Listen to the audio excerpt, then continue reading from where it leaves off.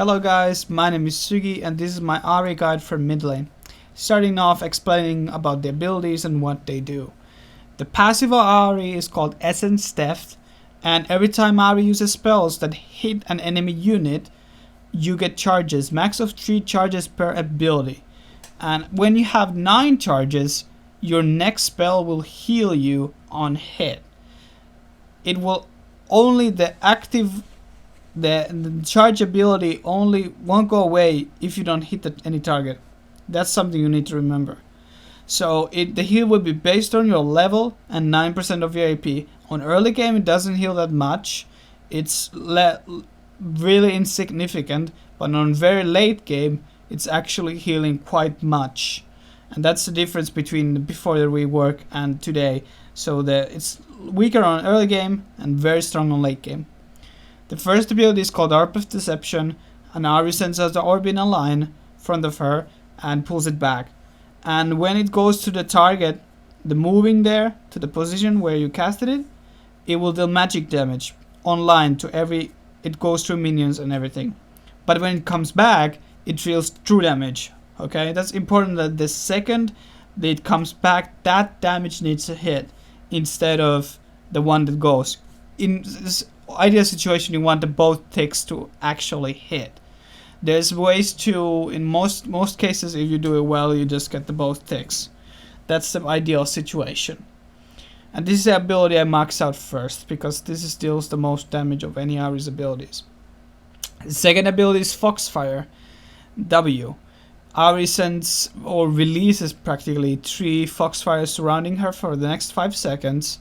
And if you move close to enemy, minion or a champion, it will deal, the Foxfires will send out to them and deal damage. The additional 2 and second and third Foxfire to the same target will deal 30% less damage. But remember that it's still like okay damage even though they all hit to the same target. And they will prioritize the champions, but sometimes they just go somewhere you don't really want them to. But it's a really good ability overall.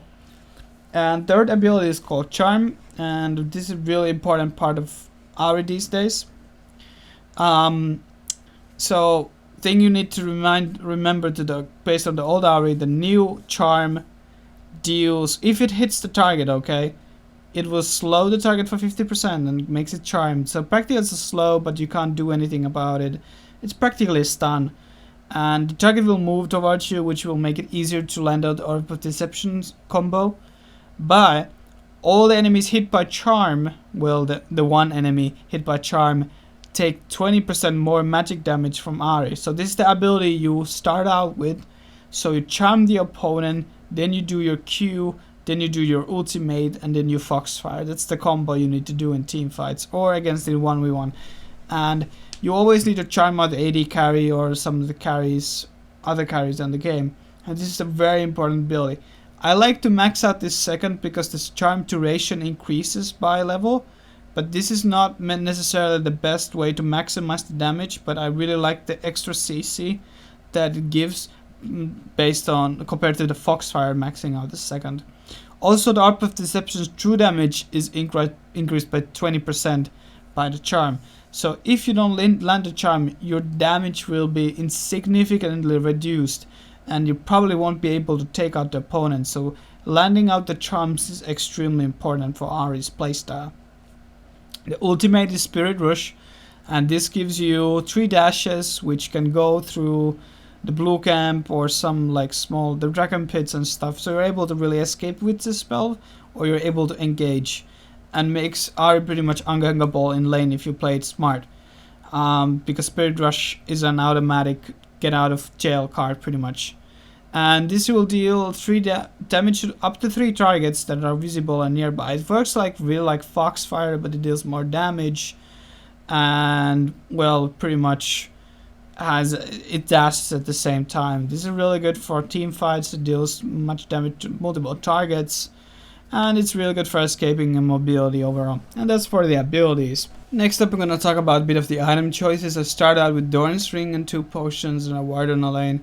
After this, I just rush out to Athene's Unholy Grail because Well, it gives you CDR, mana regen, and this will pretty much, you're able to spam spells and get a lot of mana back, and you're able to heal yourself with the passive. So this is a really core item. After this I go to Rabadons, then Void Stuff for Zonias, AP Boots of course before that, and as last item I usually go for Banshee's Veil, is the heavy MR team, or if I'm able to like take more damage I just go Realize, because this will give you like extreme good kiting potential with Ahri and you never get catched.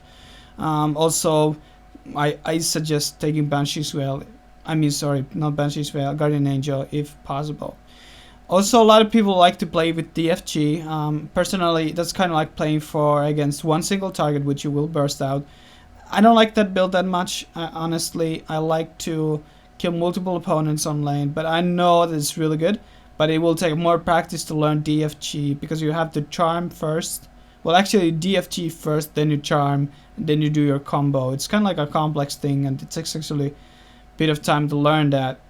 As for the runes, you want to take Magic Penetration Reds, Armor Flats or per level on Seals, Magic Resistance Flats or per level on Glyphs, or AP per level, that's the best one I choose, again, depends on your lane opponent, and AP Quints. As for the Masters, it's pretty much standard stuff, so I usually play with 2127, and you can check out those in the description below. Also about the lane matchups, things that really are good against you are Swain, but you're really good against like champions like TF, Diana. There's many champions that are really good against, very squishy ones, those that you can burst down like LeBlanc, but you can burst it down really easily yourself too if you miss position or miss your charm. Ahri is really weak early, remember that you're a late game beast and you have really good roaming ability.